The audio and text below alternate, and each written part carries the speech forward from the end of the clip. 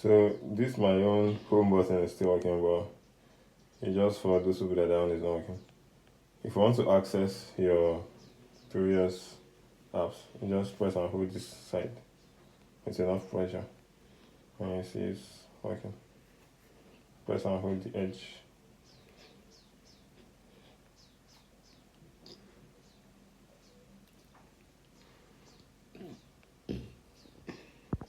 So this my own home button is still working, but it's just for those people that one is not working.